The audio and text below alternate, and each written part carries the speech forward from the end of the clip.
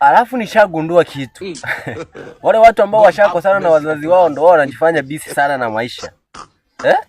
Umekosana na mzazi wako huko, wewe mwenyewe ulikuwa hutaki kufanya kazi ya mjengo. Umefukuzwa nyumbani, ukifika mjini mwenyewe hujasoma. Inabidi ufanye mjengo, unajifanya upo serious na maisha na umekosana na mzazi wako mwizi wewe. Mbona unakosana na mzazi wako? Mwizi wewe. Unajifanya upo serious.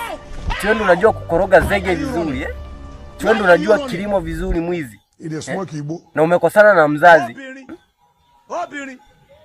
Mbwa wewe. Kenge mkubwa wewe.